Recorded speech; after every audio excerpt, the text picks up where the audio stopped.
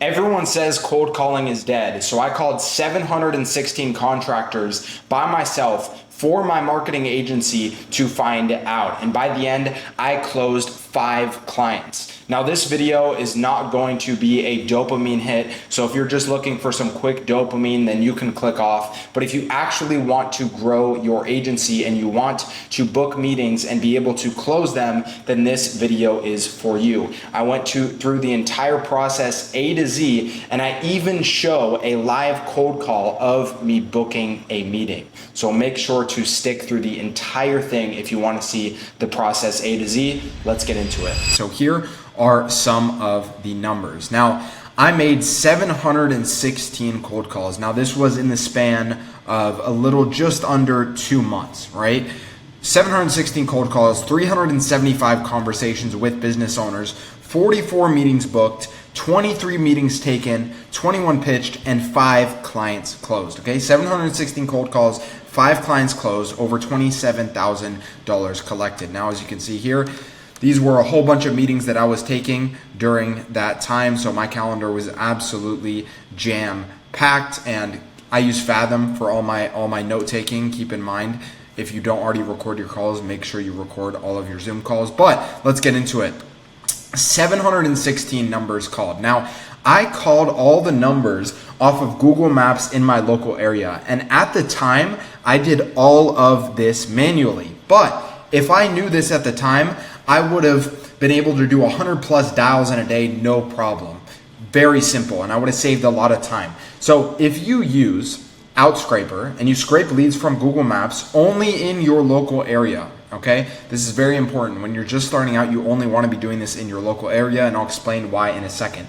You scrape all these leads from Outscraper, then you import them into another software called ClearOutPhone, okay? And then deleting all of the numbers there except for mobile lines. Now you only need to do like a couple thousand numbers. Like I said, I made 716 cold calls. So you only really need to do a couple thousand cold calls when you're just starting out. When you do this and you use these two softwares, you're only going to be calling the decision makers of the contracting company, and it will actually validate the lines for you. So the problem with Google Maps is, number one, you have to go and click around on every single business. It takes up a lot of time. But number two, you get a lot of secretaries, right? You get a lot of people who are not the business owner. And we all know that we need to be talking to the business owner to actually set up a meeting with them, okay? So when you do this, it's going to save you a lot of time, and you're not going to have to deal with any secretaries or any of that crap. And then once you import them into a CRM, you can do 100 plus dials in a day, no problem. Now, once you do this and you actually get the numbers, now it's time to talk to these people. Now, I had 375 conversations with business owners, which is a 52% conversation rate. Usually I see people, they make 1,000 dials, but they only talk to like 200 people. Now you can increase this by number one, dialing the numbers a few times throughout the day before closing it out, and then also using the system that I told you above, which was ClearOutPhone, because you're going to get a higher conversion rate with the business owner. Now, 44 meetings booked, okay? Now I'm going to insert a clip of me cold calling and booking a meeting. I literally did this one yesterday, but this is me cold calling and booking a meeting. Now keep in mind, as you watch this video, I've done well over 1,000 cold calls. I've been in sales for almost 2 years now full time. So I have experience. I was not this good when I was just starting out, but this should give you a good gauge of how to actually book a meeting properly.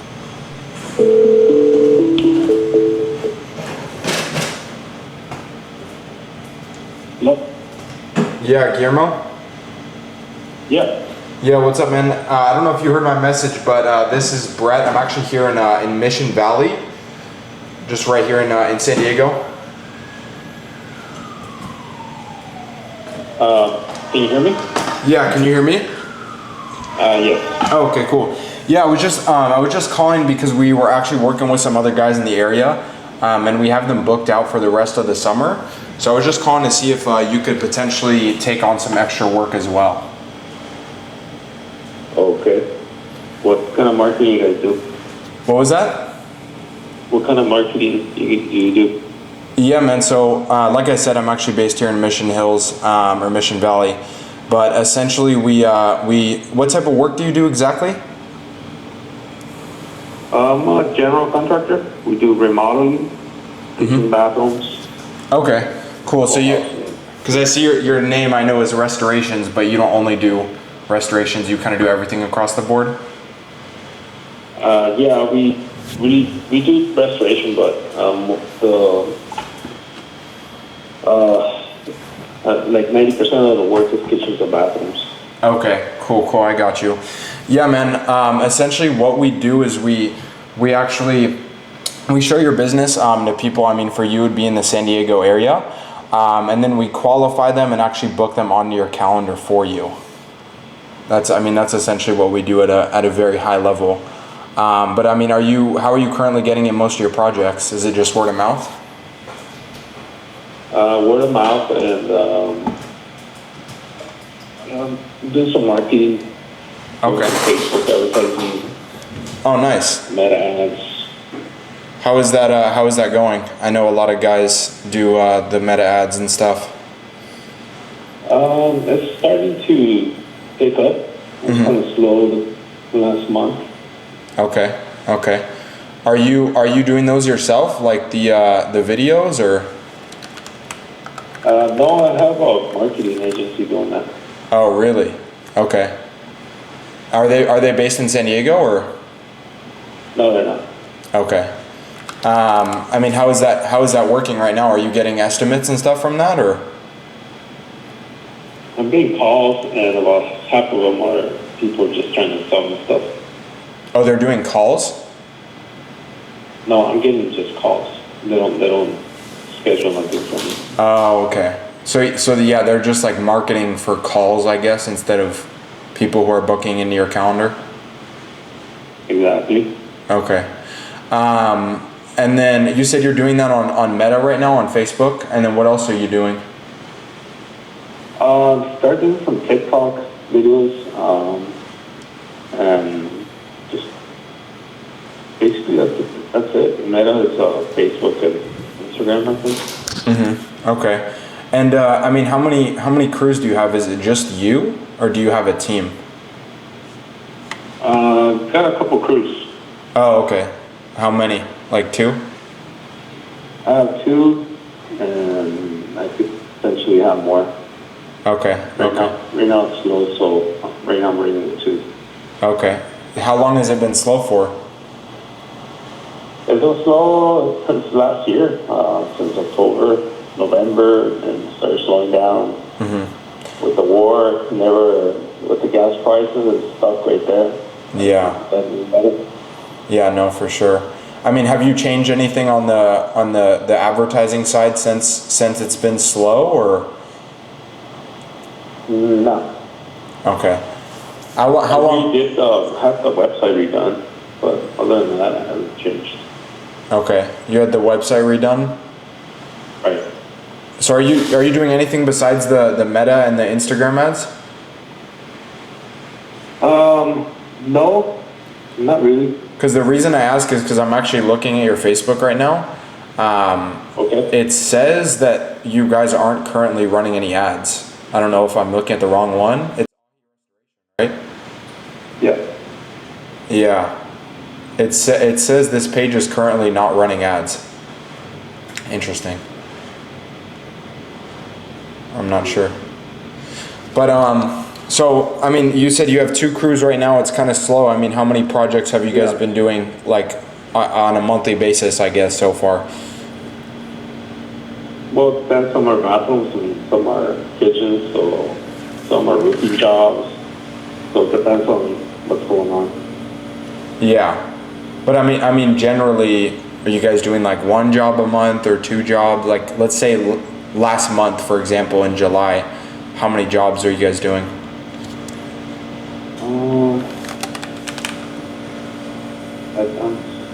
It varies, but I'm thinking we were 5 projects last month. Yeah. And out of the 5, we probably closed 3, and we're finishing up the other 2, and we started a water damage job today. So it kind of varies every week. Yeah, for sure. But last month you said you guys closed 3 projects? Yeah. I mean, how many projects can you guys take on? I mean, if you have 2 crews, like ideally. Like maybe three or four. Three. What I have. 3 or 4 a month. Yeah. Okay, I got you. I mean, it sounds like you're doing the Facebook and all that stuff right now. Has that just been slow in general, or do you usually just wait around for referrals and stuff like that, or how do you usually get most of your work in, like when it was busier? Usually, I've been around for a while, so I have past clients that I worked with in the past, and some call me and they want work and they want to, do the bathroom now, or they want to do the windows or roofing. So, and you mostly do kitchen and bath remodels? I hear you bringing those up a lot. Like if you were to focus on just a couple of things, would those be the main ones that you focus on, or? I try to focus more on the bathrooms, and then from there it leads on to eventually doing the rest of the house. Okay. So start with the bathrooms essentially? Yeah. Okay. And I mean, ideally, how many bathroom projects can you guys take on, like on a monthly basis, just so I can get an idea of the capacity that you guys currently have? Roughly about 3 or 4. 3 to 4 extra, 3 to 4 more projects on top of what you're already doing? Yeah. Right. Okay. Yeah, I mean, it sounds like we can help you out, just because most of the guys, most of the people that we work with, we're usually seeing, anywhere from 8 all the way up to 15 estimates that we're booking in for them a month.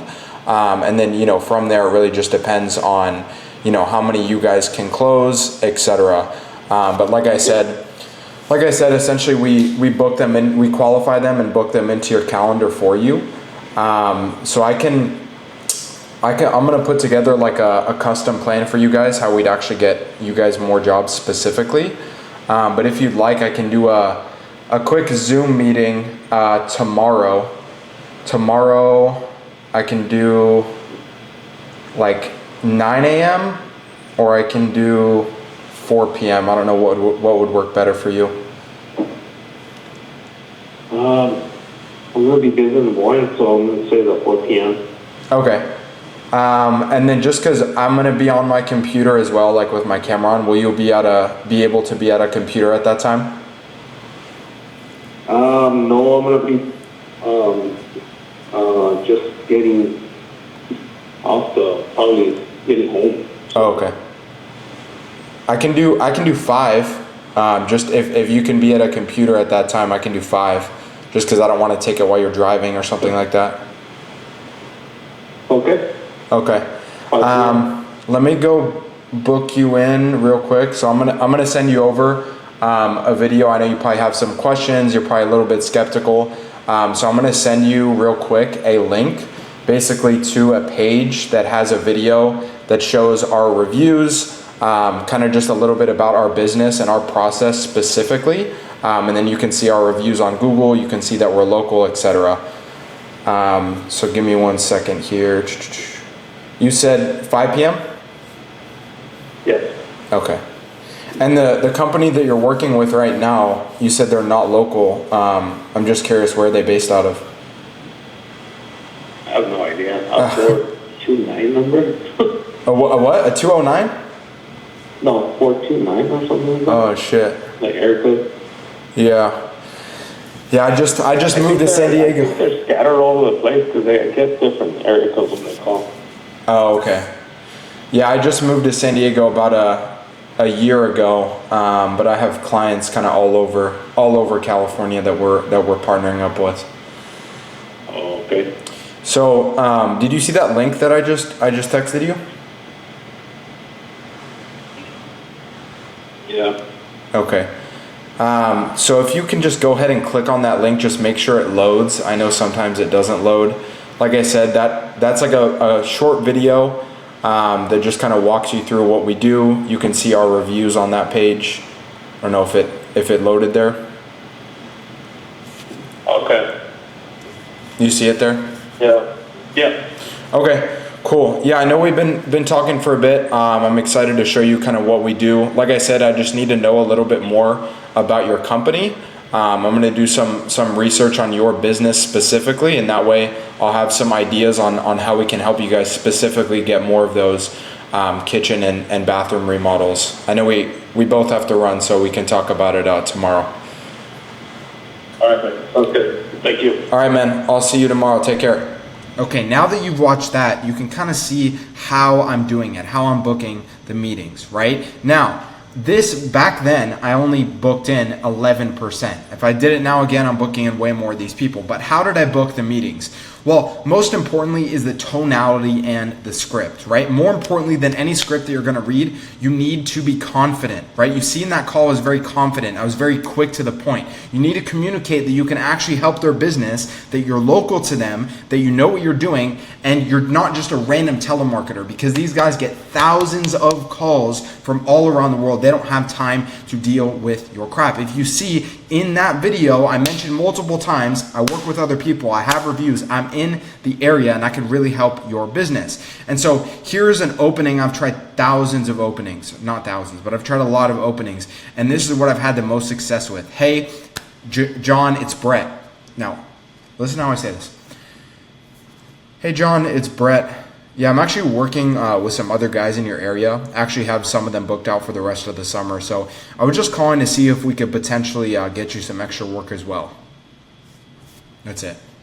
That's exactly how I talk to them. Now, your tonality may be different. Do what's natural to you, but don't fake it, right? Don't try to put on a character, because you're not going to be able to put on a character for 3,000 calls, okay? You're going to get very burnt out if you're putting a fucking character on, all right? You need to just be yourself, and it'll be so much easier to get through it. That's how I talk, right? I'm very direct. I'm working with guys in their area. I have some of them booked out for the rest of the summer, so I want to see if we can get you some extra work as well. Boom. Instantly, this opener does two things at once. Number one, it shows that you already work with other people to help them grow their business. So it shows that you're already an expert, you're already established, you're already good at what you do, you're just looking for more people to help. So number one, they can't question and ask, oh, are you a scam? Like, is this real? It's like, yeah, I just told you I'm working with other people in your area, so I just wanted to see if we could get you extra work as well. Right? That's not even going through their head anymore, right? Because the first thing they think is, oh, this is a scam, this doesn't work, right? Number two, when you're cold calling, this shows that you are local. If you're cold calling, again, you should only be doing this in your local area. If you're cold calling people and you're not in, it's a complete waste of time. You can call thousands of people in your local area. And when you're just starting out, you're probably only doing cold calling. So when you're only doing cold calling, only do it to people in your local area. It's much higher leverage. And so this shows that you're local, that you know the area, and that they can actually trust you, right? Ideally, you actually want to name the city, right? I'm actually working with some other guys in San Jose, in San Diego, etc., right? So from there, once you've actually seen that I booked a meeting, that meeting specifically, the guy showed up. Now, in general, I had a 52% show rate. I took 23 meetings. Now, the industry average for contractors is like 40%, 50%, but that's with a good process. I've seen it as low as like 10 to 20%, and even when I was starting out, I would get super low show up rates. But how did I actually get people to show up, right? Number one, like I said, the biggest thing, again, is calling people in your local area. They're much more likely to show up if they know that you're real. They know that you are actually local to them. Now, digging into pain and building a gap on the setting call, I'm going to make an entire separate video. Each of these sections deserves an entire separate video. There's a whole video, a whole 20, 30 minutes that I can make just for how to increase show up rate. But the biggest thing is digging into pain and building a gap on the setting call, okay? The setting call is very important. This should be like a 10 to 20 minute call of you talking. The cold call, aka the setting call, should be 10 to 20 minutes long, because you really want to talk with these guys. You don't just want to talk to them for 2 minutes. They're not going to remember who you are, and they're not going to show up to the call, okay? 10 to 20 minutes for the setting call. You're digging into pain. You're asking them what's going on. You're asking them the right questions, like, hey, where are you currently getting your business, et cetera, et cetera. You're digging, right? That's all sales is. You're digging until you find a pain point, right? And once they say something like, oh, it's been really slow, then you're building a gap from where they are to where they want to be. And then you're positioning your service as the gap that you can fix. If there's no pain, think about the last time you bought something, right? The last time maybe you paid a couple $100 or whatever it was. Let's say the last time you washed your car, right? When do you wash your car? Well, you wash your car when it gets really dirty, right? You don't wash your car when it's pristine, right? Unless you're extremely rich, which you're probably not watching this video if you're extremely rich, but unless you're extremely rich, if your car is clean, you're probably not going to pay thousands of dollars to get a ceramic coat or something like this, right? You're going to only wash your car and inconvenience yourself and pay the money to wash your car when it's extremely dirty and you're sick of how it looks and you want to get it clean. And it's the same thing with anything else in sales. People will only buy or show up to your call if they have a problem to solve. If they think to themselves, wow, this guy can really help me. I have a big problem. That's what gets them to show up to the call. So providing value and actually positioning the service, like I said, as the solution to their problem. If you can't dig for a problem on the setting call, they won't feel any pain or the need to listen to you, and then they won't show up. Again, that entire call that I just showed you, that was a setting/cold call. Look at what I did, how I got him to show up, how I dug into pain. I was asking him so many questions. He barely even asked what I do because I was taking the frame and I was asking him questions until I found a pain point, okay? And from there, right, another key principle here, 21 pitched, right? So I pitched 91%, right? And why didn't I pitch everyone, right? Because you think, oh, it's sales, you want to pitch everyone, you want to get on all the calls. But here's something very important you have to understand. When you're hopping on calls with these contractors, you know, I'm gonna speak for contractors specifically because that's what we're talking about. When you're hopping on there, you have to understand, and I get in this frame of mind every single time, I'm not trying to sell them something. I am a consultant. They are on the call because they have a problem. They do not have enough work coming in. So my service, my job is to help them get more work. Now, the honest answer, I cannot help 100% of the contractors. I can only help a certain amount of people, right?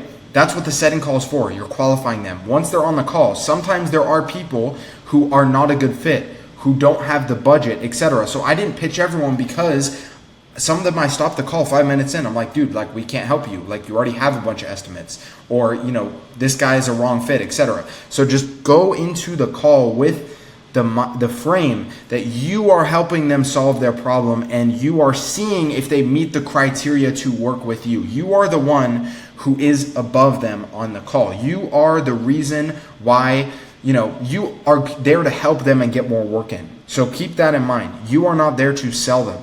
And when you think about it like that and you think from a consultant standpoint, how can I help this person? It's much easier for you to actually close them, because that's all sales is helping them solve a problem, right? So this is very important because you have to understand that when you get on the sales calls, you are the consultant, you are qualifying them, okay? You're not pitching them, you're helping them solve a problem, and that will help increase close rate as well. Now, out of those 21 that I pitched, I closed 5 clients at a 24% close rate. Now, that can always be increased, right? This was when I first started my agency. So I was also working for, you know, another agency before I started my agency. So I already had some sales experience. Anything between like 20 to 30% close rate is decent. Anything above 30% close rate is amazing. If your close rate is like below 20%, there's something wrong, right? So 20 to 30 is a good area to be in. Now, out of those 5 clients, the LTV so far, there's different services, etc. One of them has paid me $4,000, one of them has paid me $8,000, you know, $3,000, $11,500, right? So a whole bunch of different numbers across the board. The average LTV so far, if you average all these out for these clients from these cold calls, so each client that I closed from the cold call on average has paid me a $5,400 on the lifespan that they've been with me, okay? Because this is something else very important, right? Closing is one thing, but actually retaining clients and maximizing LTV is another. I can close all these clients for $1,000 one time, but then my LTV is only going to be $1,000. So how do I maximize each sales call, each new relationship? Well, I increase the LTV, right? And that's a whole separate other conversation.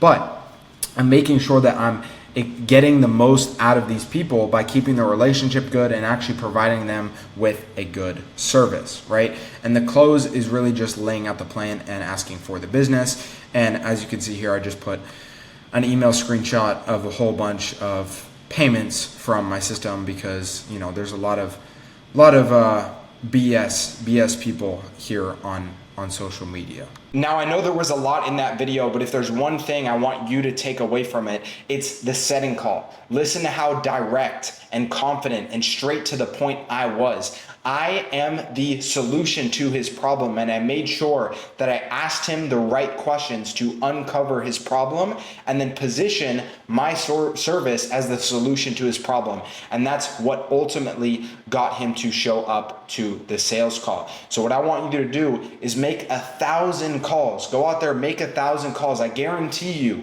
you can book at least 10 meetings. If you're direct, you're straight to the point, book the meetings in and then worry about show rate, close rate, all that stuff after the fact. But the first thing, the most important thing is to just get meetings on the calendar.